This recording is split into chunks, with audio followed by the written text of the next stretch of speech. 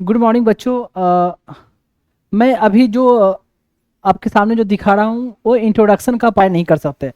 जब मैंने यहाँ पढ़ाया है तो मैंने प्रीलिम्स, मेंस, इंटरव्यू, ठीक है, प्रीलिम्स मेंस इंटरव्यू तीनों को पर्सपेक्टिव को देखते हुए मैंने कहा। हाँ जी, तो नेक्स्ट केस चलते हैं, अयोध्या लैंड वर्डिक्ट। इस केस को 2019 जजमेंट आया तो बोला गया अयोध्या लैंड वर्डिक्ट 2019। तो इसका जो ओरिजिनल जो जिस नाम से केस जो आप कह सकते हो कि फाइल किया गया उसमें थे पिटिशनर। पिटिशनर बहुत सारे थे। तो इस बोलते हैं एम सिद्दीक।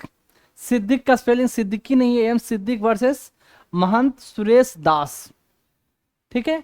या नॉर्मल में बोलते हैं अयोध्या लैंड डिस्प्यूट वर्डिक्ट या Ayodhya land case, Ayodhya land dispute case ये है। तो इसका इससे पहले मैंने अभी जो बताया था ए वाले में मैं थोड़ा सा एक नाम जो बताया थोड़ा मैं बता दूं। ये जो फीमेल लॉयर का नाम मैंने पता नहीं इनका फीमेल लॉयर का नाम था तुलसी राज नाम था। एक कलीश्वरन राज हुए, ये है तुलसी राज। देखे, तो इसमें चलते हैं Ayodhya land dispute verdict case में। देख, सबको पता है कि इशू क्या था, फिर भी चलो बता दिया जाए। जजमेंट कब आया 2019 का, और इसमें सीजेआई जो थे जस्टिस रंजन गोगोई, आगे और भी जो जजेस जो इसमें इन्वॉल्व थे या इस बेंच में थे उनका आएगा पिक्चर, तो मैं दिखा दूंगा।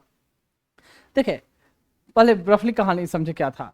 ये डिस्प्यूट रिगार्डिंग था कि अयोध्या में जहाँ बाबरी मस्जिद थी लोकेटेड, तो वो जो जमीन थी उसका एरिया था 2.7 एकड़, 2.7 एकड़ का जमीन।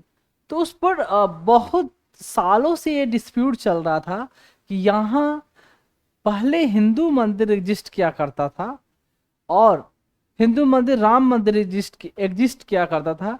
उसको तोड़कर जो फॉरेन हमारे जो मुस्लिम रूलर हुए इंडिया पर जिन्होंने रूल किया, उन्होंने मंदिर को तोड़कर यहाँ मॉस्क बनाया, मस्जिद बनाया।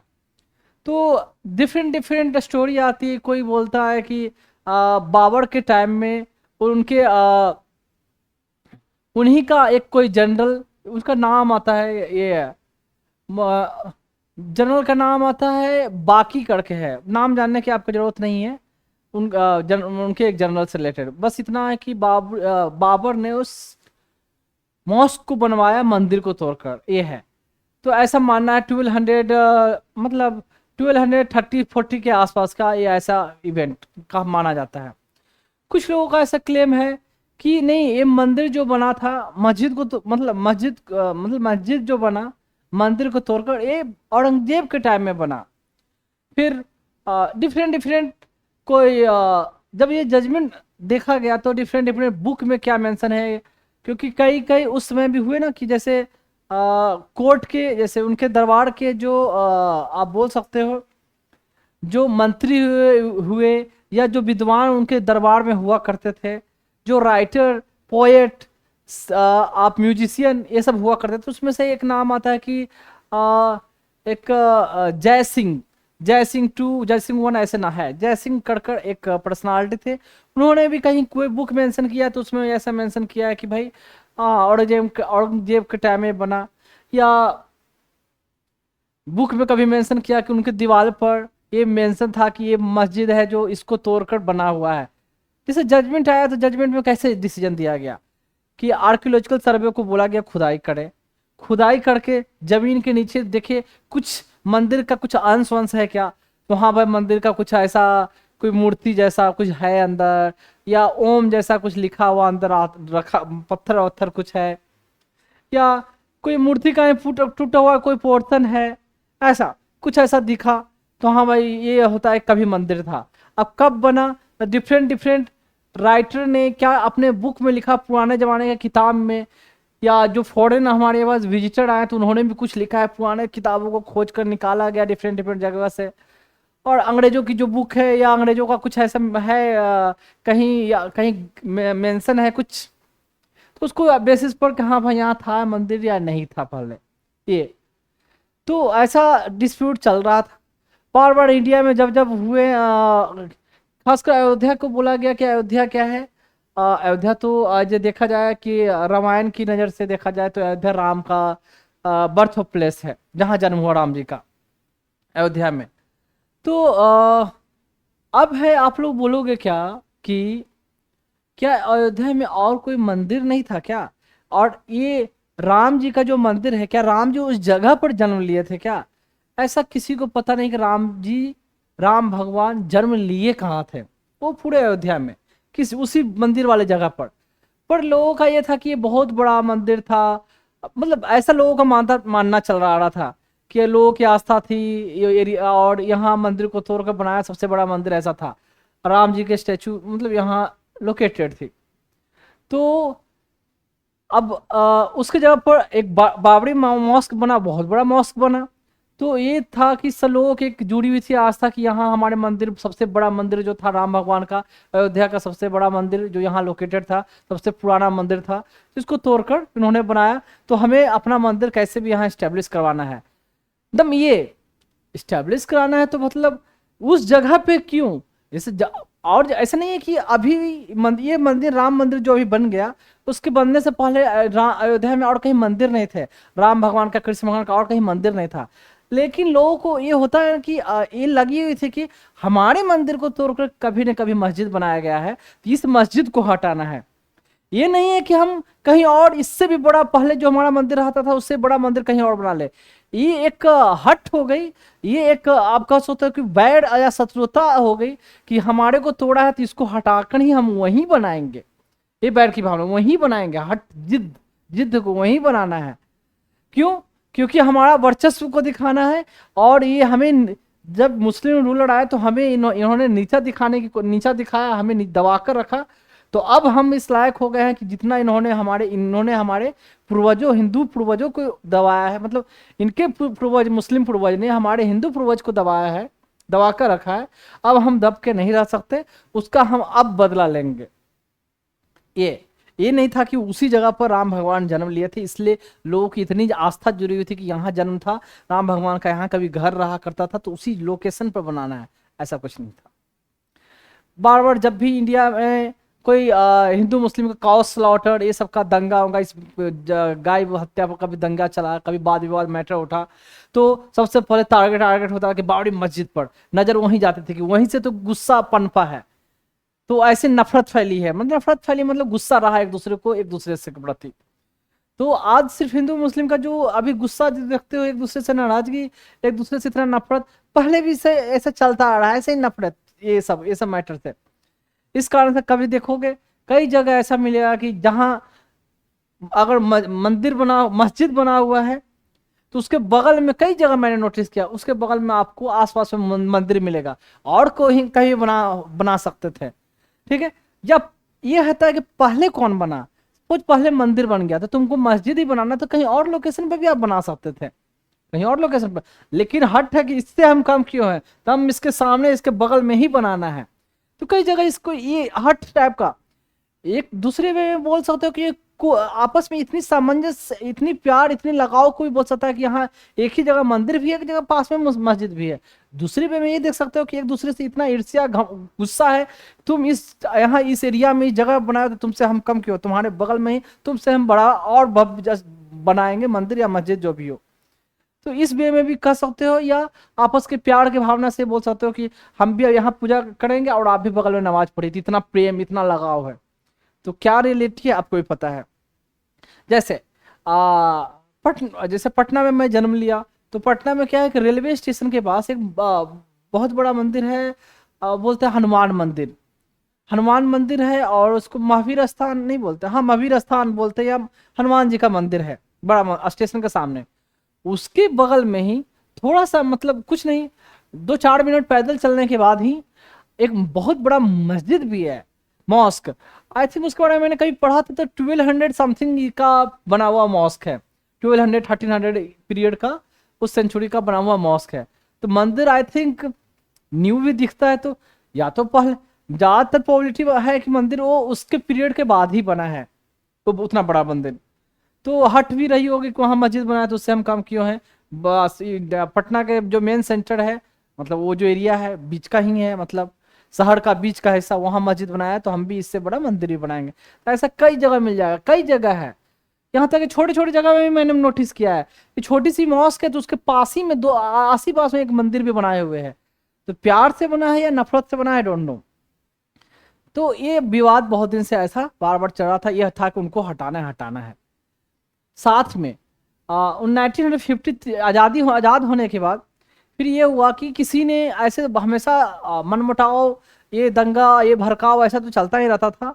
तो किसी ने 1953 में रात में जाकर राम जी की छोटी मंदिर को, छोटी मूर्ति को जाकर वहां अंदर मस्जिद में बीच में जाकर रख दिया, और ये सब डिक्लेयर कर दिया कि Ram Lalla, Lalla in the sense childhood of Ram, Ram ji के बचपना, छोटे राम, बच्चे राम वहां प्रकट हुए हैं। तो भाई अब किसी ने रख दिया। अब ये भी हो गया कि अब लोगों की भावना से जुड़ी धर्म की जहां बात होती है तो लोग सेंस या लॉजिक या शांति ये सब बात की नहीं सोचते। एकदम आंख बंद करके किसी ने बोल दिया प्रकट हुए, चल गए, तो बढ़ गए सब लोग यहाँ प्रकट हुए, प्रकट हुए, प्रकट हुए। लोगों की एक भावना जुड़े थे, नहीं भाई भगवान जी आवाज दिए हैं कि हम लोग अभी भी नहीं अगर उनकी सुनते तो हम लोग किस बात का हिंदू, कैसे हम लोग हैं, तो उनसे क्या प्यार है। ये दिखाने का समय आ गया कि हम राम जी की रक्षा कर सकते हैं, रक्षा करने वाले हैं, उनको राम जी का हक हम दिला कर रहेंगे। ये दूसरी वे में बोल सकते हो हमने राम भगवान को पाला है या राम भगवान ने हमें पाला है। उन्होंने हम लोगों को पाला है, वो हम लोगों को सब चीज दिए हुए, उनका दिया हुआ हर चीज है। तो क्या उनकी आइडेंटिटी मेंटेन करना है ना करना है, क्या मानव की बस में है क्या? अल्लाह को, खुदा को, ईश्वर को, वाहिगुरु को, गॉड को, उनको कोई इंसान प्रोटेक्ट कर सकता है क्या? कि वो हम सबको प्रोटेक्ट कर रहे हैं।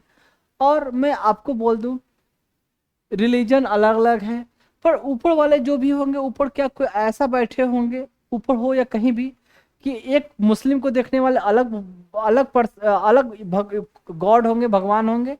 हिंदू को, हिंदू कम्युनिटी को उनकी बातें सुनने वाले या उनकी रक्षा करने वाले अलग भगवान होंगे। या क्रिश्चियन में है, क्रिश्चियन कम्युनिटी को देख रेख, उनका ध्यान, उनकी इच्छाओं को पूरा करना, उनके कर्मों को देखना, उसके लिए गॉड अलग कोई होंगे। या सिख के लिए कोई वाहिगुरु कोई अलग होंगे। ऐसा कोई होगा क्या? खुद सोच के आप देखा जाए, ऐसा कोई होंगे क्या ऊपर अलग अलग बटे होंगे? तो ऐसा जहां तक मुझे लगता है, मैंने भी बहुत सारे ग्रंथ पढ़े हैं, तो ये पढ़ा होता है कि ऊपर वाला जो भी है एक ही है ना। एक आप राम कह के बोल रहे हो या अल्लाह कह के, तो फिर इतना नफरत, इतना क्यों? ये जबरदस्ती इसमें घुसना। अगर आपको सही में ईश्वर से है, जो भी ईश्वर हो, तो उनका जो मत है, उनका जो सिद्धांत है, उनका जो गाइड, उनका जो आदर्श जो ईश्वर ने हमें दिया है, उस रास्ते पे चले। ईश्वर का क्या है? ईश्वर का अगर जो उन्होंने संदेश हमें दिया है, तो एक in the form of religious book के फॉर्म में मेंशन है। कहीं ना कहीं उन इंटेलेक्चुअल से कहीं ना कहीं ब्रेन में वो खुद ऐसा फीलिंग दिया, तो ऐसी बात बेटा लिखो, मेरे बच्चे लिखो। क्योंकि उतना आप देखोगे जो जो चीज गीता में, कुरान में, बाइबल में जो लिखा हुआ है, नॉर्मल इंसान की बस की बात नहीं है, कितना भी इंटेलिजेंस हो। ऐसी ऐसी बातें जो उस समय उनको भी पता नहीं होगी, जो बातें लिखी हुई है, बात की बातें, या मतलब कहीं ना कहीं कह सकते हो कि ज्योग्राफी की बातें, एरिस्टोलॉजी की बातें, जो उस समय उनके पास इक्विपमेंट नहीं थी, जो ऐसी बात लिख दी, पता नहीं मन में क्या आया, तो ऊपर वाले ने दिया ऐसा फीलिंग, उन्होंने लिख दिया। ये तो मानते हो ऊपर वाले की ही वजह से वो चीज लिखा हुआ है। तो उनकी जो खुदा की, भगवान की, ईश्वर की क्या क्या संदेश है उस बुक में लिखा है, तो हमें वो चीज को फॉलो करने की जरूरत है। तो इंसान आजकल क्या है कि ईश्वर की जो रास्ते दिए गए हैं ना, खुदा के रास्ता, वो फॉलो ना कर रहे हैं, उस पर नहीं जाते हैं। कि लोगों की मदद करो, लोगों से ईर्ष्या मत करो, लोगों को भलाई के लिए रहो, खुद भी अच्छा रहो, लोगों का भी अच्छा करो। तो ये, और सब मिलजुल के रहो, एक दूसरे से प्यार करो, और कभी किसी को मत सताओ। और जिंदगी जितनी मिली है इसमें ऐसा करो कि कोई आपके बारे में बुरा ना कह सके। कि हमेशा जितना आपसे हो सकता है लोगों के लिए डेडिकेशन होनी चाहिए। आप भी जिए, दूसरों को जीने दें। और हमारी जो रास्ता मैंने जो दिखाया, उस रास्ते पे सही कर्म, सही रास्ते पे चलो। तो कौन ये बात सुनता है? उससे मतलब नहीं है, वो लाइंस नहीं, बस आंख बंद करके चल गए कि अल्लाह ने बोला है तो अल्लाह ने बोला है, राम कोई ने सिखा दिया। अगर आप उस बुक को पढ़कर और समझ कर रास्ते पर चलो तो बहुत बड़ी बात है। लेकिन पढ़ते कहाँ है, और पढ़ते भी है तो उसको समझते कहाँ है, समझो। लेकिन दूसरा कोई कोई रिलीजियस लीडर या कोई पर्सन बोल दिया कि ऐसे है, तो उस रास्ते पर आंख बंद करके ब्लाइंडली चले जा रहे हैं। लेकिन वाकई में जो कोई भी रिलीजियस बुक हो उसको पढ़कर, सिर्फ पढ़ने से काम नहीं चलता, पढ़कर समझ ले। पढ़ तो बहुत सारे रह रहे हैं, लेकिन उसको समझ कहाँ रहे, समझ को उसको फॉलो कर ले तो अपने आप में इंसान है। तो वो चीज करना नहीं है। तो खैर हम यहाँ चल रहे हैं, तो ऐसे राम जन्मभूमि वाली वो मैटर थी। राम जी प्रकट हुए, लोगों की आस्था जुड़ गई कि राम जी प्रकट हुए, तो इनका अब राम जी आवाज दे रहे हैं, अब हमें इनको स्टैब्लिश करवाना है। तो ऐसे ऐसे मंदिर चलता, ऐसे मैटर चलता रहा। कोर्ट में पिटिशन गई, कोर्ट ने उसमें सब रोक राख लगा दिया कि अभी मस्जिद कोई मुस्लिम वहाँ प्रे करेंगे ना हिंदू प्रे करेंगे, सब अभी बंद करवा दिया। मैटर चल रहा था, केस चल रहा था, वो लॉन्ग हियरिंग ऐसे ऐसे बार बार चल रही थी। फिर बाबरी मस्जिद आप देखोगे डिमोलिशन 1992 में कि बीजेपी पार्टी, आरएसएस या विश्व हिंदू परिषद, तो ये कहीं ना कहीं इनका ओरिएंटेशन देखो वेलफेयर ओरिएंटेड, लोगों का, देश का विकास, देश का है। तो रिलीजियस पर्सपेक्टिव एक एक उनका जो छोर होता है कहीं ना कहीं रिलीजन से जुड़ा रहता है, उससे उनकी कहीं ज्यादा आस्था रहती है। अब रिलीजन से भी जो मैंने बोला कि इतनी बुक पढ़ना है, इसको समझना, उसमें मैं ज्यादा नहीं जाऊंगा। आप खुद महसूस कर सकते हो क्या उन्होंने इस बात पढ़ा है और इसको समझा या नहीं समझा है। पर उसका जो भी वो पॉलिटिकल भी बैकग्राउंड रहा कि कहीं ना कहीं उनको पूरे हिंदुओं का वोट भी लेना था। बाबरी मस्जिद डिमोलिशन किया गया, और उसके बाद से ही कहीं ना कहीं बीजेपी का, उससे आस के पास से ही बीजेपी ने जब से रिलीजन का मुद्दा उठाया, हिंदुत्व हिंदुत्व हिंदुत्व, तो उससे पहले जनता पार्टी थी, आई चली गई, बहुत छोटे छोटे खंड बट गई। और जब रिलीजन का मुद्दा जब उठा तो उसके बाद शुरू में बीजेपी को 2 सीट आया, उसके बाद दिन पर दिन सीट बढ़ती गई। और आज भी देखते हो कोई भी इलेक्शन होती है, कोई डिस्प्यूट होती है, तो उनका मुद्दा ये होता है कि हम हिंदुत्व हिंदुत्व को बचाना है। तो बाबरी मस्जिद का डिमोलिशन हुआ, और वो जो भी भाषणबाजी चली, लोग इसमें आए, इसको मस्जिद को आज तोड़ फोड़ कर हटा देना है। और मस्जिद को कोई बुलडोजर से नहीं, लोग इतने आए, कर सेवक, ये आरएसएस, विश्व हिंदू परिषद और बाकी कार्यकर्ता और अदरवाइज अदर पीपल जो कहीं जुड़े हुए नहीं थे, ये कैसे भी एकदम हटा देना है। तो पूरे भाला से, कुल्हाड़ी से, खंती से, इससे और क्या बोल सकते हैं, कुदाल से, मतलब इन द सेंस ऐसे भी ये सब से मस्जिद को तोड़ तोड़ के विध्वंस खत्म कर दिया। तो और बाकी जो कोर्ट में जो मैटर तो चल रही थी, तो ये था ऐसे अयोध्या का डिस्प्यूट। हाई कोर्ट का फिर जजमेंट भी आया, इलाहाबाद हाई कोर्ट का जजमेंट। और इस केस में 2-3 पार्टी इन्वॉल्व थे, जो मुस्लिम लीग की पार्टी हो गई, और हिंदू का एक सेक्ट है निर्मोही अखाड़ा जो आएगा, तो वो हिंदू का ही एक डिनोमिनेशन है, हिंदू रिलीजन का ही एक सेक्ट है। साधु संत बोले या जो विष्णु को पूजा करते हैं, तो उनको इस सेक्ट बोला गया। वो भी इसमें एक पेटिशनर थे, तो उन्होंने भी मांगा कि हमें इसमें से कुछ जमीन हमें देना चाहिए। और बाकी जो हिंदू वाले जो अलग से जो रही, विश्व हिंदू परिषद वाली जो पार्टी रहे इसमें वो, और मुस्लिम के लिए जो पार्टी रहे आपका वक्फ बोर्ड वो आएगा, तो उनको जमीन जैसे से दिया गया ऐसे। फिर सुप्रीम कोर्ट में मैटर पहुंचा, और सुप्रीम कोर्ट ने अपना जजमेंट, जो यहाँ सामने जो लिखा हुआ है, सुप्रीम कोर्ट ने ऐसा जजमेंट दिया। देखिए मैंने पहले बोला है कि ईश्वर को मैं खुद मानता हूँ, और खुद ऐसा नहीं है, ईश्वर को, भगवान को, खुदा को, हर कोई को मानता हूँ, और मानता हूँ कि सब एक ही है। और मैं मानता हूँ उनके राहों पर चलना मेन जरूरी है, कंपेयर टू आप खूब पांच वक्त का। कितने लोग ऐसे भी हैं, देखो नमाज पढ़ना, पूजा करना गलत नहीं है, करें, आप जरूर करें, या चाहे कहीं चर्च में जाना, गुरुद्वारा में जाना, लेकिन मेन जो भगवान की जो रास्ता भगवान ने दिखाया, खुदा ने, ईश्वर ने, वाहिगुरु ने, उस रास्ते पर चले, उस चीज को फॉलो करे, उन्होंने जो गाइडेंस दिए उसको फॉलो करे। और गाइडेंस कहाँ है मेंशन, वो किताबें में है मेंशन। अगर नभी किताब में है तो आप इतना भी तो पता है ना कि इस पर क्या हम लोग को बोल सकते हैं, इतना तो ब्रेन है ना। इस ब्रेन के लिए कोई ग्रेजुएट, पीएचडी होल्डर, कोई डॉक्टर, कोई इंजीनियर, कोई ब्यूरोक्रेट या कोई साइंटिस्ट होने की जरूरत नहीं है। देखो ज्ञानवान होना और बुद्धिमान होना अलग चीज है। किताब पढ़ के बहुत लोग ऐसे हुए जो नॉलेज ले लिए, ज्ञान हो गई, ठीक है। ज्ञान मतलब एक थ्योरी, किताब का नॉलेज, इस पढ़ के बहुत सारे सर्विस में डॉक्टर बने, इंजीनियर बने, ब्यूरोक्रेट है, बहुत सारे ऑफिसर अलग अलग है बने हुए हैं, लेकिन एक बुद्धिमान होना या समझदारी होना, कितने लोग हैं जो जाओगे तो लगे और रियलाइज हो यार ये तो किताब तो बहुत जानता है, लेकिन रियलिटी में ऐसे देखा जाए तुमको व्यवहारिक प्रैक्टिकल नॉलेज, सामाजिक नॉलेज, या आप बोल सकते हो कि शिष्टाचार वाली जो नॉलेज है या एक कॉमन सेंस वाली नॉलेज है बहुत कम है। तो किताब पढ़कर याद कर लेना, रट जाना, एग्जाम निकल जाना, दैट्स अ डिफरेंट थिंग।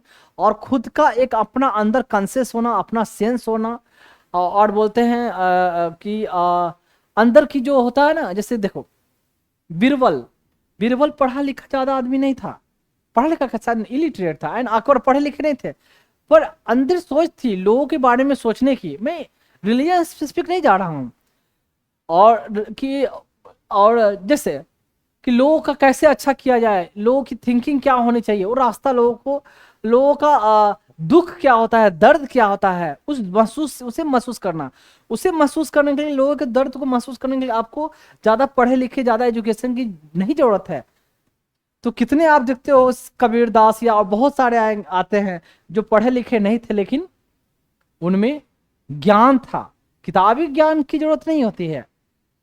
तो सुप्रीम कोर्ट देखिए अवार्डेड डिस्प्यूट लैंड, इतना लैंड डिस्प्यूट ये था, इतना ही एकड़ का डिस्प्यूट था, ये डिस्प्यूट का जो लैंड जो इस इतना एकड़ का जो लैंड डिस्प्यूट था, इसको किसको दे दिया? Hindu for the construction of round table, Hindus को दिया गया। And order the government of India to create a trust का फॉर्मेशन करे, इसको राम मंदिर तीर्थ ट्रस्ट ऐसे करके नाम है, उसके नाम में जाने की जरूरत नहीं है। And trust to build the Ram Mandir को बनाने के लिए बोला गया। एंड फॉर में बोर्ड ऑफ ट्रस्टी बनाए, 3 मंथ के अंदर बोर्ड ऑफ ट्रस्टी बनाए, और मंदिर फॉर्मेशन के लिए जमीन दिया गया और बनाए इनको। फिर देखे जमीन का डिस्प्यूट था इतना का, लेकिन इसके बदले देखिए government was directed to allocate एक सेपरेट 5 एकड़ लैंड की बात किया, तो 5 एकड़ जमीन जो दिया गया मुस्लिम को दिया गया। अब मुस्लिम में भी ये आएंगे आपका उत्तर प्रदेश सेंट्रल सुन्नी वक्फ बोर्ड, उनको दिया गया कि आप है जो मॉस्क बना सकते हैं। तो ये डिमोन्स्ट्रेट करता है the judiciary commitment to impartiality and thus gain public confidence, मतलब कि जुडिशियरी ने डिटेल छानबीन किया, डिटेल छानबीन करने पर पता चला कि वहाँ मंदिर था पहले, तो रियली में मंदिर की जमीन बिलोंग करना चाहिए, मंदिर वहाँ एस्टेब्लिश होना चाहिए, तो वहाँ मंदिर के लिए जमीन दिया। ये है जजमेंट। अब इसके पॉजिटिव निगेटिव में ज़्यादा हमें अंदर घुसने की जरूरत नहीं है कि सही में कुछ खुदाई में मिला या मैनिपुलेट किया गया क्या है हमें। अब देखो मैं ऐसे बोलूंगा तो कितने लोग सोचेंगे ना कि ये इनका बायस है, ये किसके बारे में सोच रहे हैं, मुस्लिम के बारे में सोच रहे हैं। हमें हिंदू मुस्लिम, मैं शुरू से बताता हूँ, हमारे सब बच्चे जो पढ़ रहे हैं, जो सुन रहे हैं, जो मेरे बच्चे हैं, सब हिंदू मुस्लिम सब है ना। तो उससे मुझे ये नहीं मतलब करता आपका रिलीजन जो भी जिस नाम से हो, जिस नाम से रखे हो चाहे ना भी हो, लेकिन उस रास्ते पर चले, खुदा के रास्ते पर चले, मैटर वो करता है। सिर्फ टीका चंदन टोपी या पगड़ी पहन लेने से नहीं होता है। तो बहुत सारे लोग इस रास्ते पे चलते भी हैं, लेकिन मैक्सिमम लोग नहीं चलते हैं। तो देखिए अब आगे एक पिक्चर रखा है, ये इलाहाबाद हाई कोर्ट का जो वर्डिक्ट आया था। इलाहाबाद हाई कोर्ट क्योंकि मैटर जो है अयोध्या का है, यूपी से, यूपी टेरिटरी, यूपी से बिलोंग करता है, तो मैटर कहाँ जाएगा, हाई कोर्ट में। इलाहाबाद का जो डिक्शन है, तो इलाहाबाद ने ये क्या किया था कि ये जमीन को जो मॉस्क वाली जो जमीन है उसको 3 हिस्से में दिया था। एक कहा था कि एक हिस्सा जाएगा किसको, हिंदू को जाएगा, एक हिस्सा जाएगा निर्मोही अखाड़ा को जाएगा, और एक हिस्सा जाएगा आपका सुन्नी वक्फ बोर्ड को। तो इसमें भी इसमें बांटे गए थे, बीच वाला जो हिस्सा है ये हिंदू को दिया जाएगा। फिर ये जो इसको एक नाम था कि सीता भंडार का हिस्सा इसको बोला गया। उसमें भी एक आएगा आपका कि सीता का रसोई, इस जगह में कहीं पिक्चर में दिखेगा आपको, भंडार को ही रसोई बोला गया, सीता का रसोई इसको कहते थे कि ये सीता का रसोई है, रोह का मानना था। और ये आपका एक और आ जाएगा आपका इसमें राम चबूतरा, तो ये दिया गया, किसको दिया गया था, निर्मोही अखाड़ा को। अंदर वाला जो मेन हिस्सा है जहाँ राम जी का स्टैचू रखा गया था, आइडल रखा गया था, वो कहा हिंदू को दिया गया। और बाकी जो एरिया जो है वो दिया गया था सुन्नी, ये सेंट्रल सुन्नी वक्फ बोर्ड को दिया गया था। इलाहाबाद का जजमेंट के अनुसार सुप्रीम कोर्ट का जजमेंट आया तो उन्होंने बोला कि जो निर्मोही अखाड़ा है हिंदू हिंदू का ही एक हिंदू हिंदू रिलीजन का एक डिनोमिनेशन है, तो इनको अलग नहीं माना जाएगा, ये हिंदू ही हैं, तो इनको अलग से कोई जमीन देने की ऐसी कोई जजमेंट में नहीं दिया गया। ये विष्णु को पूजा करने वाले होते हैं ये सेक्ट, और ये मानते हैं कि विष्णु राम भगवान क्या है, विष्णु के अवतार है। अगर रिलीजन की नज़र से देखा जाए, जिसमें जो हमारा जो स्क्रिप्ट बोलते हैं क्या, रिलीजियस जो टेक्स्ट है उसके अनुसार से, तो इसलिए इनको कोई अलग नहीं माना गया। अब बता दूं, इस जो सेंट्रल वक्फ बोर्ड है, सेंट्रल सुन्नी वक्फ बोर्ड, ये क्या होता है, ये स्टैच्यू इसको सेंट्रल सुन्नी वक्फ बोर्ड जो है बाय ये कहीं ना कहीं ये स्टैच्यूटरी बॉडी है, इसके लिए स्टैच्यूट बना हुआ है। आई थिंक 1900 इंग्लिश ब्रिटिश के टाइम में 1920-30 के आसपास भी ये वक्फ बोर्ड एक्ट ऐसा बना हुआ है। ये होता क्या है, देखिए, ये सेंट्रल सुन्नी वक्फ बोर्ड जो है ये मुस्लिम का एक ऑर्गेनाइजेशन है। ये पार्टिकुलरली इनका काम होता है कि जो जमीन है मुस्लिम बोर्ड, इस बोर्ड को मिला हुआ है, या तो डोनेशन के फॉर्म में मिला हुआ है, या पहले से इनको जमीन है, राजा महाराजा के टाइम से चलते आ रही है, या अंग्रेजों के टाइम से, तो उन जमीन को जो मैनेजमेंट करना है, जमीन का जो कहीं ना कहीं उनका पर जो हक है, ये बोर्ड का होता है। बोर्ड के और मेंबर होते हैं, जैसे कि उन जमीन पर मॉस्क बनाना, दरगाह बनवाना, या बना हुआ जो मॉस्क जहाँ बना हुआ है, दरगाह बना हुआ है, सब पर इनका एडमिनिस्ट्रेशन होता है, इनकी सब पर इनकी पकड़ होती है। दरगाह, ग्रेवयार्ड जिसको कब्रिस्तान बोलते हैं, या अदर जमीन जो मुस्लिम के द्वारा, मुस्लिम पर्सन के द्वारा इनको डोनेशन में मिली, उन सारे जमीनों का जो एडमिनिस्ट्रेशन करना या कंट्रोल करना, देख रेख करना इनके अंदर आता है। तो उस जमीन पर पर्पस होगा या तो एजुकेशन, या तो मदरसा बनाए, या कोई एजुकेशनल इंस्टीट्यूशन बनाए, किसके लिए, बच्चों को पढ़ने, मुस्लिम बच्चों को पढ़ने के लिए, मुस्लिम वुमेन को पढ़ने के लिए, या जमीन से कोई उनको बेनिफिट हो रहा है, बेनिफिट मतलब वो जमीन को रेंट पर लगा रखा है वो जमीन पर, या जमीन पर कोई मार्केट जैसा कुछ लगा हुआ है, फेरी लगाते हैं, या तो उससे पैसे इनको अगर टैक्स आ रहे हैं, कलेक्शन हो रहे हैं, तो उन पैसों को कहीं ना कहीं मुस्लिम के वेलफेयर के लिए इस्तेमाल करना। तो ये सेंट्रल सुन्नी वक्फ बोर्ड है, और इसके लिए ये स्टैट्यूटरी ऑर्गेनाइजेशन एक एक्ट भी बना हुआ है। ये हुआ अयोध्या लैंड डिस्प्यूट के रिगार्डिंग। और कुछ बचा इसमें? इस केस में जो जजमेंट दिया गया था, तो उसमें सीजीआई जो है थे जस्टिस रंजन गोगोई है, अभी राज्यसभा के एमपी हैं। और देखिए बाकी जो जजेस थे, शरद बोबडे, ये हो गए आपके जस्टिस चंद्रचूड़, ये जस्टिस भूषण, एंड ये हो गए जस्टिस अब्दुल नजीर।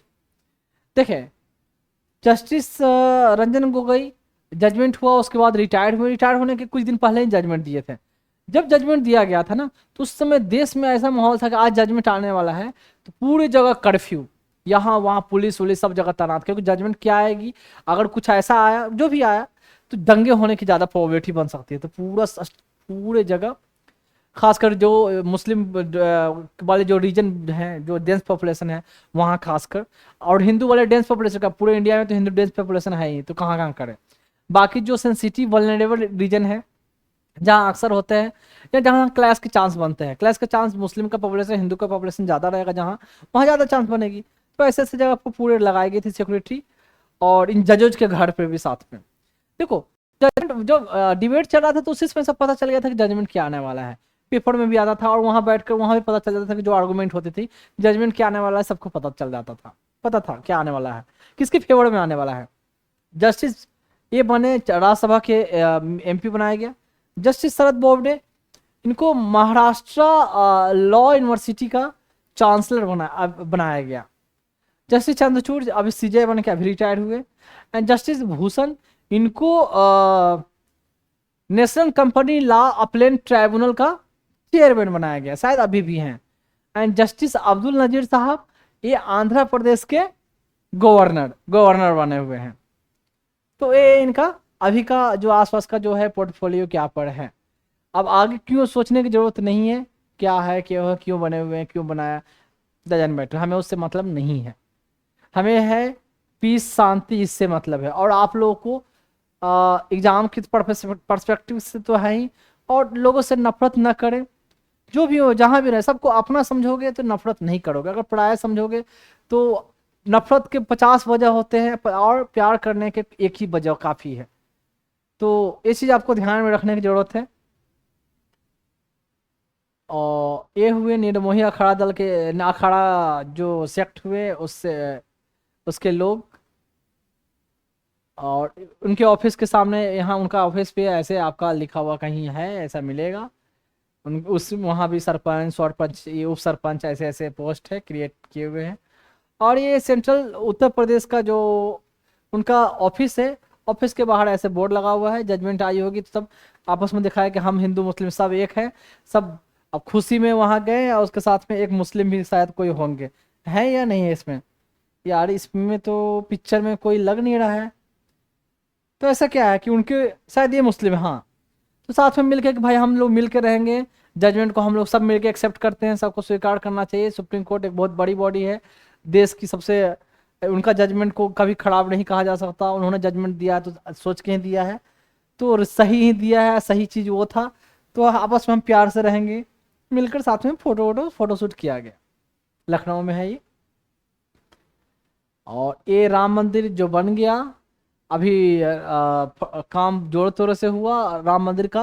22 जैन को कंसेक्रेशन, मतलब उद्घाटन कर सकते हो, या राम जी का स्थापना करना। तो भगवान को स्थापना इंसान कर रहे हैं, उनकी मूर्ति को स्थापना किया।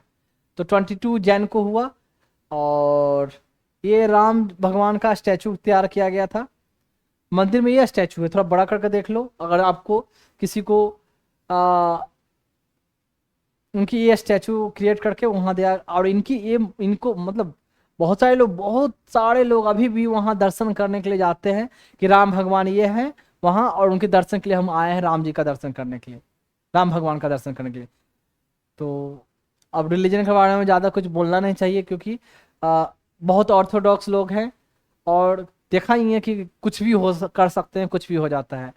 तो बुक को पढ़कर समझते नहीं है, मतलब गीता, कुरान, बाइबल या वेदा, उसको पढ़ते नहीं है, समझते नहीं है, बस ऐसे ही किसी और ने बोला आंख बंद करके चले जा रहे हैं। आंख बंद करके कोई फेस्टिवल कर रहे हैं, पता भी नहीं है कि फेस्टिवल में जो भगवान है उनका सिग्निफिकेंस क्या है, भगवान के बारे में कहानियां क्या, कितने लोगों को पता नहीं है, पर वो पूजा चुपचाप किए जा रहे हैं। तो मैं तो पूजा से ज्यादा किस में विश्वास करता हूँ, भगवान के जो सिद्धांत है उसको फॉलो करें, जो रास्ता उन्होंने दिखाया है उनको, उस पर चलो आप। अब ये स्कल्पचर को तैयार किया था इन्होंने, ये पर्सन है, मैसूर के पर्सन है, इनका नाम है अरुण योगीराज। तो ये स्कल्पचर कहोगे काफी यंग है, इनके 3 जनरेशन से मूर्ति बनाने का इनका काम रहा है। तो इन्होंने ये स्टैचू तैयार किया था भगवान जी का, इसको बाद में डेकोरेट किया, पेंटिंग वेंटिंग की। थोड़ा सा मुझे ये कि यार इनका ये तो राम भगवान इतने, इनके फोटो को पता नहीं ये ब्लैक क्यों रखा गया। तो काली काली जी का, जो काली भगवान जिनको बोलते हैं, काली जी जी ही नाम निकलता है काली भगवान। तो उनकी आती है जो फेस आती है ब्लैक आती है, बाकी कोई भगवान का शायद किसी का ब्लैक ऐसे स्टैचू नहीं बना हुआ होता है, सबका देखो तो राम भगवान का भी नहीं बना होता, कृष्ण भगवान का थोड़ा सांवला बना होता है, ब्लूइश कलर का रहता है। राम भगवान को कैसे ब्लैक बनाया, किस आइडियोलॉजी, किस सिद्धांत के आधार पर, या क्या लॉजिक देखा, आई डोंट नो। कहाँ गया? इन पर्सनली मैं खुद मंदिर, मस्जिद, चर्च ये जाने में बिलीव कम करता हूँ, बजाय कि अपने जगह पर अपने घर में रखकर उनको याद करे, उनको पूजा करे। और उनको पूजा करने से क्या होती है, या नमाज पढ़ने से थोड़ा मन को एक साइकोलॉजिकल फीलिंग, आदमी को शांति मिलता है कि हाँ भगवान जी को मैंने याद किया, भगवान जी को बोल दिया अपना दुख दर्द, वो सब कर लेंगे।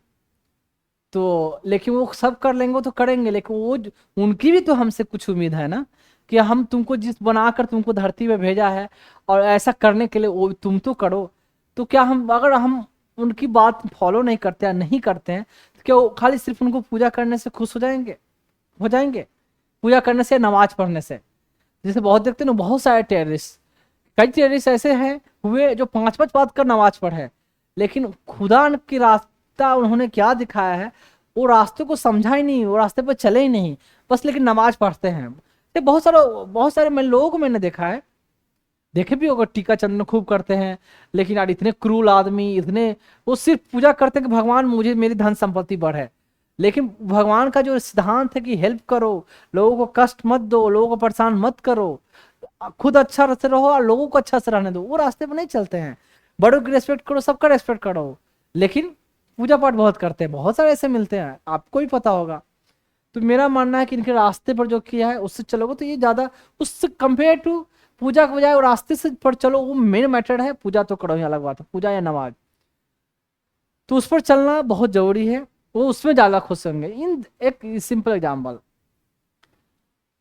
आप आपके पेरेंट्स, ठीक है, आप दो तीन भाई हो, भाई बहन हो, आप अपने पेरेंट्स को खूब प्रणाम करते हो, दिन रात जब देखो जी प्रणाम, चाहे अस्सलाम वालेकुम, सिर झुका रहे हो, देख कर पैर छूते हो, भर दिन में जितने 10 बार दिख जाए करते हो। लेकिन उन्होंने जो दिखाया कि बेटा अपने भाइयों को भी मदद करो, जो भाई तुम्हारा वीक है उसको हेल्प करो, भाइयों से लड़ाई झगड़ा मत करो, ठीक है, आ, जो गरीब है उनकी भी मदद करो, झूठ मत बोलो, बुरा मत सोच किसी के लिए करो, बुरा मत सोचो, किसी को परेशान मत करो, अपने भाइयों को भी परेशान मत करो। लेकिन तुम अपने भाई से खूब लड़ते हो, भाई का हक मार लेते हो, जमीन जहां है वहां मार लेते हो, पैसा खूब अपना अकेला बना रहे हो, भाई तुम्हारा गरीबी में जा रहा है, जब मन करता है भाई को पीट देते हो, लड़ाई करते हो, भाई को गाली दे देते हो, अब पापा जी को खूब नमस्कार पूजा कर रहे हो। क्या पापा जी खुश रहेंगे तुमसे? नहीं, कितना अच्छा बेटा बेटा है, भर दिन में कितनी बार मुझे पैर छूता है, खुश कब रहेंगे? पैर तुम एक ही बार छुए। लेकिन जो चीज मैंने तुमको ज्ञान दिया है, जिस चीज के लिए मैंने तुमको बचपन से पढ़ाया है, जिस रास्ते पर दिखाया, उस रास्ते पर चलो, उसमें खुश होंगे ना, खुद सोच के देखो। तो ये चीज जो मैं बोल रहा हूँ, मैं कोई किताब पढ़कर किताबी बात थोड़ी बोल रहा हूँ। चलो ज्यादा बोलूंगा सबको, बहुत लोगों को हो सकता है कि बहुत मिर्च भी लगेगी, कर क्या सकते हैं, लेकिन मेरे बच्चों को तो किसी को मिर्च लगनी नहीं चाहिए, मैं क्लियर बात बोलूं। नफरत ना फैलाएं, सब मिलजुल कर रहें, किसी को पढ़ाए समझो ही नहीं। लोग, दूसरे लोग समझते हैं, लेट हिम, समझने दो, एक दिन उसका भी दिल समझ पिघलेगा। और कुछ लोग ऐसे होंगे जो मर भी जाएंगे, लास्ट तक भी वही रास्ते पे चलेंगे, एकदम उसी आकार उसी टसन, और ऐसा ही रहेगा, ऐसा ही नफरत की भावना लास्ट तक उनके मन में रहेगी। तो ऐसे केस में ऊपर वाले से ही बोल सकते हैं कि इनको बदले बदले बदले, हम तो नहीं बदल सकते। अब नेक्स्ट केस है आपका, secretary ministry of defence versus Babita Punia. देखिए, बबीता पुनिया एक पेटिशनर थी, और मिनिस्ट्री ऑफ डिफेंस के जो सेक्रेटरी थे, सेक्रेटरी के नाम पर यूं पेटिशन डाला। केस क्या है देखें, केस है बताता हूं।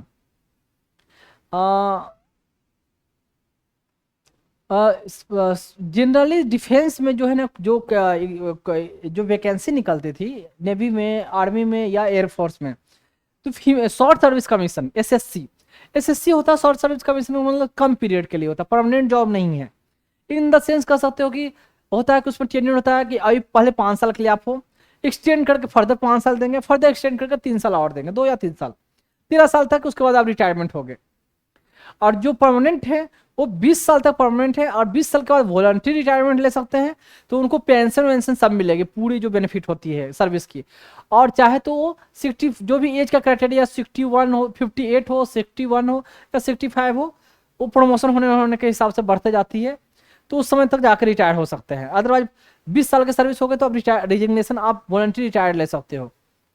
और पेंशन वेंशन बाकी जितनी बेनिफिट है सर्विस की बेनिफिट मिलेगी, कार्ड बेनिफिट हो गया, कैंटीन कार्ड हो गया, या अदर आपका पेंशन हो गया, या अदर भी और भी फैसिलिटी, जो भी पेंशन मिलता, जो भी पैसे मिलते हो। शॉर्ट सर्विस में आपको वो सब पेंशन नहीं मिलेगा। तो डिफेंस में जनरली फीमेल को है ना एसएससी कैंडिडेट ही रखते थे, और परमानेंट पीएस, उसको एसएससी को क्या होता है ना कि जैसे बीच बीच में इंटरव्यू होता है, और परफॉर्मेंस के आधार उसको परमानेंट कमीशन दे दिया जाता है। परमानेंट मतलब परमानेंट हो गए आप, तो उसके लिए 3 साल 5 साल पर ऐसे ऐसे डिफरेंट डिफरेंट पीरियड में वो आती है, इंटरव्यू होती है, और जो जो जैसा परफॉर्मेंस रहा उसका मार्क जाएगा, उस बेसिस पर परमानेंट कमीशन दी जाती है। तो डिफेंस में ज़्यादातर कोशिश किया गया कि फीमेल को परमानेंट कमीशन न दिया जाए। क्यों? और फीमेल को वो ऐसे पोस्ट न दिया जाए, ऐसे पोस्ट जहां जो कॉम्बैट पोस्ट हो, कॉम्बैट मतलब जहां लड़ाकू पोस्ट हो, ऐसे पोस्ट पर ना दिया जाए। और डिफेंस में भी देखा कि एयरफोर्स में, इधर रिसेंट में देखा होगा कि हाल फिलहाल में कोई पहली लेडी है जो पायलट बनी, तो पायलट के लिए फीमेल को नहीं रखा है कि नहीं, पायलट वाला जॉब काफी टफ होता है, इसमें फीमेल नहीं कर सकती। या आर्मी में जो सेना को लीड करने के लिए जो बॉर्डर पर है लड़ने के लिए, ऐसे कॉम्बैट बोलते हैं, तो ऐसे में फीमेल नहीं कर सकती, तो उस पोस्ट ऐसे चीज नहीं दिया जाता था। साथ में ये डिफेंस में नॉर्मली ये था कि फीमेल जब बाद में उनके बच्चे हो जाते हैं, शरीर फैलती है, शरीर थोड़ा झुक हो जाता है, तो उस हिसाब से परफॉर्मेंस नहीं दे पाते। ज़्यादातर लीव, ये लीव, मैटरनिटी लीव, बच्चों का केयर लीव, ऐसे ऐसे में रहता है, तो फीमेल डिफेंस के लिए उतनी सुटेबल नहीं बनी है। तो यंग तक तो जो सीमित है, लेकिन उसके बाद से फीमेल परफॉर्म सही नहीं कर पाएगी, तो फीमेल को परमानेंट कमीशन नहीं दिया जाना चाहिए, ऐसी टेंडेंसी रही है, ये है। तो एसएससी बहुत कम फीमेल को, एसएससी से पीएससी परमानेंट कमीशन बहुत बहुत कम फीमेल को, उसमें भी रिस्ट्रिक्शन, और उसमें भी ऐसे वैसे पोस्ट नहीं दिया जाएगा। और एयर देखें, वाकई में टफ तो होता ही है, वहाँ सियाचिन ग्लेशियर पर जाकर रहना, हमेशा वार का सिनेरियो हो, पूरे सब अपने बटालियन को लीड करना, स्ट्रांग बनना, कड़क आवाज रखना। देखो, बिना स्ट्रिक्ट रखे हुए सॉफ्ट आदमी की नहीं सुने, तो कड़क सॉफ्ट आदमी की नहीं सुनते हैं लोग, कड़क रहना ही पड़ता है, तो उस हिसाब से उतना बोल्ड रहना, मतलब तो फीमेल की बस की बात थोड़ा डिफिकल्ट हो जाता है। पायलट के लिए क्या होता है कि जब जहाज उड़ाई जाती है ना, तो पूरा उसमें देखोगे, आपने कभी देखा नहीं होगा, पीस सूट बोलते हैं, पूरा ये उससे पहले पूरा हेलमेट होता है, काफी टाइट होता है, पूरा जैकेट वैकेट पीस सूट ऐसा पहना जाता है। जब जहाज उड़ती है तो अंदर का प्रेशर इतना होता है कि पूरा पेट में कंप्रेशन होता है, पेट में पूरा कंप्रेशन होगा, और अंदर भले आप हवा में उड़ रहे हो तो अंदर बहुत गर्मी हो जाती है। ऐसा नहीं होता कि जो कॉकपिट होता है तो पूरा कवर होता है, तो अंदर बहुत गर्मी होती है। और जब आदमी उससे जब जहाज से निकलता है, जहाज से मतलब फाइटर पायलट प्लेन से, तो एकदम पूरा पसीने पसीने बेचारा भीगे रहता है, पूरा एकदम टाइट, और हैवी भी बहुत हो जाती है। तो फीमेल की बस की बात बहुत बहुत डिफिकल्ट होती है। प्रेगनेंसी जैसे होगा वो तो कर नहीं पाएंगे, उसके बाद उसको रिकवर होने में टाइम लगेगा, और शरीर उतना झेलना बहुत डिफिकल्ट तो होती है। तो ऐसे ऐसे करके डिफिकल्ट होती है, लेकिन नाम मुश्किल है पर नामुमकिन तो नहीं ना। तो ऐसे ऐसे ग्राउंड पर फीमेल को नहीं दिया जाता था परमानेंट कमीशन। तो Babita Punia one of the petitioner, और भी पेटिशनर, उन्होंने पेटिशन डाला, तो मैटर गया, तो हाई कोर्ट में मैटर गया, हाई कोर्ट में दे दिया कि नहीं, परमानेंट कमीशन दी जानी चाहिए, क्यों नहीं परमानेंट कमीशन दी जानी चाहिए। तो फिर भी इन लोगों ने हाई कोर्ट की बात सुनते कहाँ है, सोचते हैं कि भाई मैटर मैं ले जाऊंगा Supreme Court, Supreme Court judgement देगी तो दिया जाएगा। आप देखो, बहुत जब बड़ा मैटर आप कभी गवर्नमेंट से लड़ते हो ना, गवर्नमेंट से कभी केस किसी ने डालते हैं, तो मैटर हाई कोर्ट तक नहीं सीमित होता, वो हाई कोर्ट के जजमेंट के बाद सुप्रीम कोर्ट में मैटर पहुंचता है। आप पहुंचो चाहे वो गवर्नमेंट पहुंचेगी, सुप्रीम कोर्ट में गया तो सुप्रीम कोर्ट ने उस बात को अपहेल्ड किया, दिया जाना चाहिए। लेकिन इन लोगों ने फिर उसके बाद अपना जो ऑर्डर रिलीज किया मिनिस्ट्री ने, कि ठीक है हम देंगे, आज से देंगे। तो यार हाई कोर्ट में जजमेंट गया, सुप्रीम कोर्ट में मैटर गया, तो इसमें तो 10-12 साल लग गई।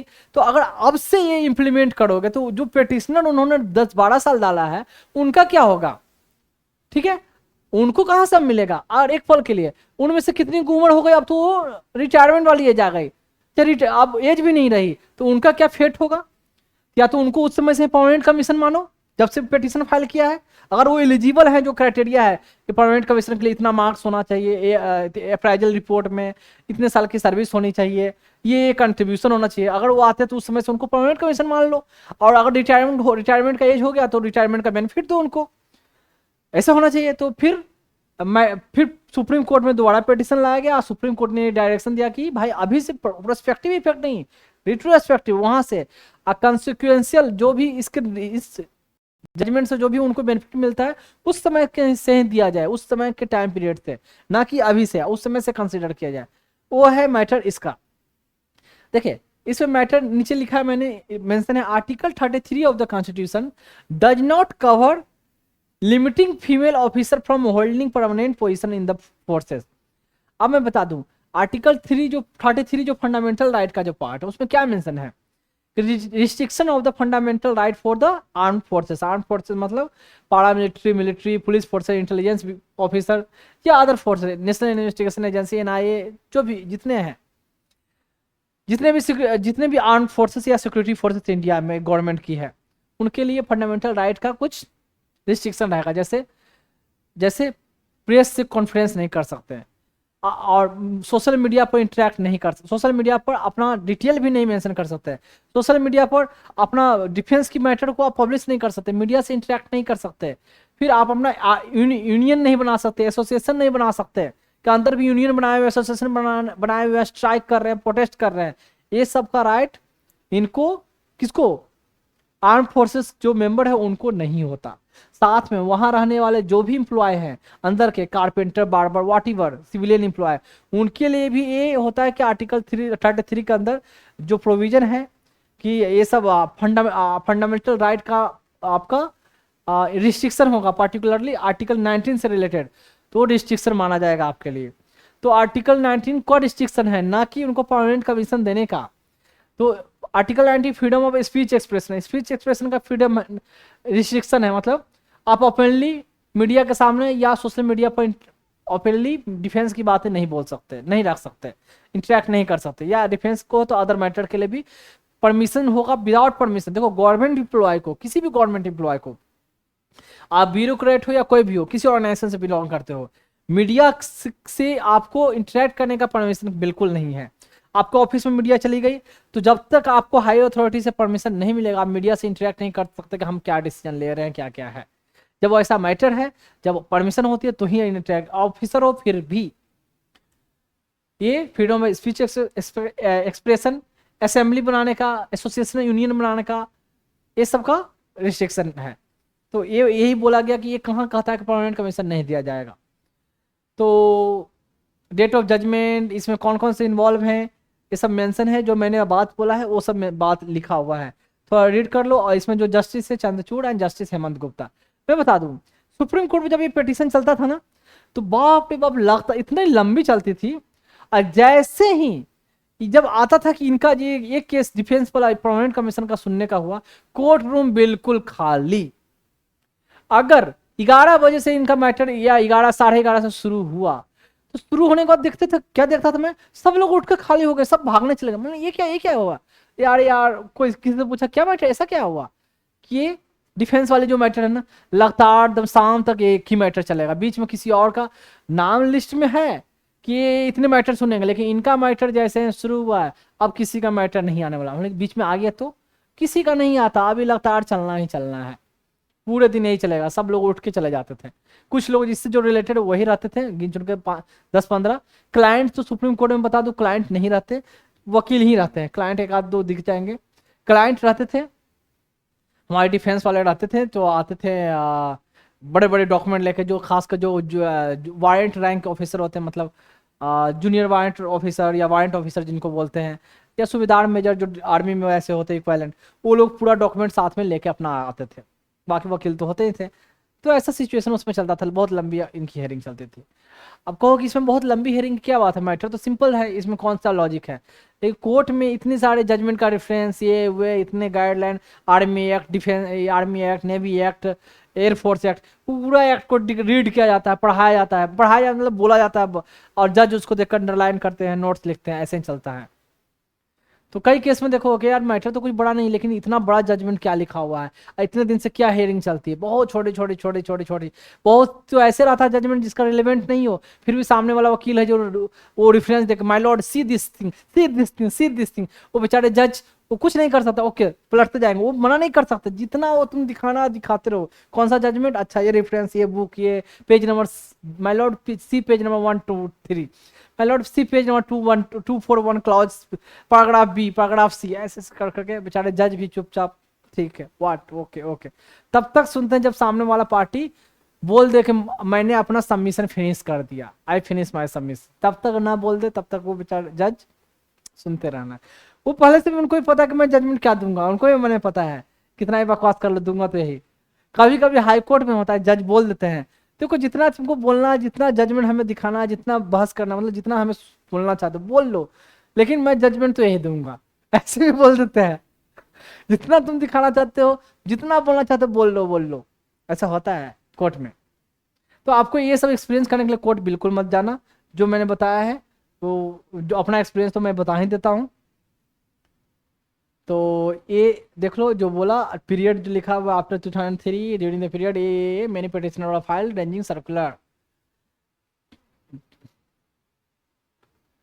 इसमें मैं लाइन बाय लाइन नहीं बोलूँगा क्योंकि जो बोला उतना ही है। और ये है आपके दो इसमें जज थे, एक तो आपका हो गए Justice Chandrachud and Justice Hemant Gupta. Therefore, in 2010 Delhi High Court decided to, बहुत सारे पिटीशन है तो सबको बोलते हैं कि अब एक ही जगह सुना जाएगा, क्योंकि कोई उधर जज सुन रहा है, कोई उधर सुन रहा है, कोई दूसरे बेंच में सुन रहा है, ऐसा कैसे होता है। जब सेम मैटर से बहुत सारे पिटीशन जाते हैं तो सबको एक जगह क्लब करके एक जगह सुना जाता है। तो रीड करते जाओ, कुछ बोलने की जरूरत नहीं है। आर्मी चैलेंज किया, कैसे चैलेंज हुआ, कब चैलेंज हुआ, कब गाइडलाइन इशू हुआ, एंड एलिजिबल कैसे बनाया गया। और ये फैब में यहाँ ऐसे आया, it was saying that clear violation of article 14 rule of law, इसका वायलेशन हो रहा है, ऐसे ऐसे रेफरेंस दिया जाता है। और जस्टिस चंद्रचूड़ ने क्या डिसीजन दिया, कंसिक्वेंशियल सीनियरिटी, पर्क, एडवांटेज, पे वो, pension, promotion, and upheld the directive principles of equality by providing, ये सब, बस कुछ नहीं इसमें। अब देखो ये था ऐसे, तो एक ये गया नेवी का केस था वैसे ही सेम टू सेम, इसमें भी क्या आना है, लेकिन इसका भी बहुत दिन हियरिंग आर्गूमेंट चला। तो धीरे धीरे आर्मी को, नेवी को, एयरफोर्स के सारे वाले में फीमेल वाली जो पिटीशन सबका था, एक एक करके सबका जजमेंट आया, सबको परमानेंट कमीशन का प्रोविजन दे दिया गया। इसमें जस्टिस चंद्रचूड़ एंड अजय रस्तोगी साहब ये थे जज इस बेंच में। तो वही होना तो वही है, लेकिन बहुत दिन तक हियरिंग चलती है, बहुत दिन तक चलती है। ये है लेफ्टिनेंट कमांडर एनी नागराज। अब मैं देखो ये जब आया है तो ये रैंकिंग वाली मैंने यहां रख दी है, थोड़ा ध्यान दे दोगे। इसमें ध्यान देने वाला क्या है, रैंक का सिंबल आपको याद करने की, देखने की जरूरत नहीं है। डिफेंस में जब जो पर्सन होता है उनको होता है कि भाई रैंक देख कर तुम, मतलब ये जो स्टार या जो रैंक होती है इसको देख कर तुमको पता होना चाहिए आदमी का रैंक क्या है। आदमी को किसी को ये लिखा थोड़ी होता है कि ये एयर कोमोडोर ए और air vice marshal ABM lieutenant general है, फिर रैंक होती है, यहाँ सिंबल होती है, या तो उसको देखकर आपको खुद पहचान जाना है कि ये ऑफिसर किस रैंक के बिलोंग करते हैं। आपको मतलब जो डिफेंस में है उनको, उनके लिए। अब मैंने पहले भी बताया था, इक्विवेलेंट में जान लो कि सेम रैंक में कौन कौन नाम अलग अलग होती है।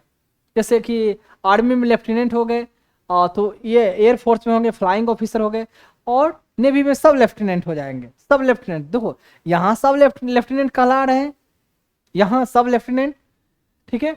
और फ्लाइंग ऑफिसर कहलाते हैं, इसी रैंक के फ्लाइंग ऑफिसर बोला जाता है, और यहाँ लेफ्टिनेंट बोला जाता है। एग्जाम में क्वेश्चन आया थी सिविल सर्विस में, इसलिए मैंने यहाँ भी रखा है। यहाँ कैप्टन, यहाँ कैप्टन हो गया, तो यहाँ फ्लाइट लेफ्टिनेंट हो जाएगा। और यहाँ सब लेफ्टिनेंट के बाद यहाँ लेफ्टिनेंट हो गए, यहाँ लेफ्टिनेंट कहला गए, यहाँ फ्लाइट लेफ्टिनेंट, यहाँ कैप्टन, कैप्टन के बाद यहाँ हो गया मेजर, मेजर के बाद यहाँ मेजर हो गए। एयरफोर्स में इसको होते हैं स्क्वाड्रन लीडर होते हैं, और नेवी में होते हैं लेफ्टिनेंट कमांडर होते हैं। देख लो, स्क्वाड्रन लीडर, लेफ्टिनेंट कमांडर, कुछ नहीं। मेजर के बाद आ गया लेफ्टिनेंट कर्नल, इसके इक्विवेलेंट होते हैं आर्मी एयरफोर्स में हो जाएंगे विंग कमांडर, और इसमें नेवी में हो जाएंगे कमांडर, नेवी में हो जाएगा कमांडर। तो आगे वाला में कंफ्यूजन होता है, क्योंकि तभी एग्जाम में जानो अच्छे कंफ्यूजन वाले पूछते थे। यहाँ देखो, यहाँ कुछ और कहला रहे हैं, रैंक का स्टेटस कुछ और है इस नाम का, यहाँ लेफ्टिनेंट है, लेफ्टिनेंट दूसरे रैंक पर है, और यहाँ लेफ्टिनेंट जो है पहले रैंक पर है ना, पहले रैंक पर ऑफिसर की जो फर्स्ट सीनियरिटी लिस्ट में, यहाँ पहले पर लेफ्टिनेंट है, यहाँ लेफ्टिनेंट है दूसरे पर है, ऐसे। तो ऐसे देते हैं एग्जाम के लड़का कंफ्यूज हो। और यहाँ देखो ये हो गया कहाँ कमांडर, यहाँ पर कमांडर, यहाँ विंग कमांडर हो गया, और विंग कमांडर यहाँ लेफ्टिनेंट कर्नल हो जाएगा, यहाँ लेफ्टिनेंट कर्नल। तो जो कंफ्यूजन वाला वर्डिंग है उसको ध्यान में रखना, तो उसको ही पूछेंगे। और कभी कभी दूसरा एग्जाम हो तो बिना कंफ्यूजन वाले, जैसे कि other state civil service commission में या अदर एग्जाम में, तो उसमें तो इजी वे में ही पूछ सकते हैं, इजी कोई जरूरी नहीं कि वो तो यूपीएससी वाले एग्जाम में जो कंट्रोवर्सी या जिसमें कंफ्यूजन हो उसको देंगे, लेकिन अदर एग्जाम में तो नॉर्मल में भी पूछ सकते हैं, तो एटलीस्ट आपको पता रहनी चाहिए, तो इसलिए यहाँ सामने रखा है। ये हो गए चंद्रचूड़ साहब, दस्तोगी साहब। दस्तोगी साहब कोर्ट में बहुत फेशियल एक्सप्रेशन दिया करते थे, कभी ऐसे करेंगे व्हाट, बट ऐसा लगा कि अब गुस्सा हो गए, अब अगेन इस पार्टी के, कभी लगता है इस पार्टी के फेवर में जा रहे हैं, कभी लगता था उस पार्टी के फेवर में जा रहे हैं। काफी फेशियल एक्सप्रेशन दिया करते थे दोस्तों के साथ। और जस्टिस चंद्रचूड़ पूरा नोट्स अपना बनाने में बिजी रहा करते थे। ठीक है, यहाँ पिल नोट्स दे रहे हैं, यहाँ पेज लाइन मतलब फाइल में यहाँ होती है ना, उसका पेज का नाम ध्यान में नहीं रहता, जो हम लोग बीच में लगाते हैं फाइल में, लाल पीली डिफरेंट कलर की कोडिंग, वहाँ चिपका रहे हैं, वहाँ छोटे छोटे छोटे छोटे नोट्स लिख रहे हैं ऐसे। तो काफी मेहनती जज रहे हैं। अब देखा जाए, अब नेक्स्ट है case state of Tamil Nadu versus governor of Tamil Nadu. ये है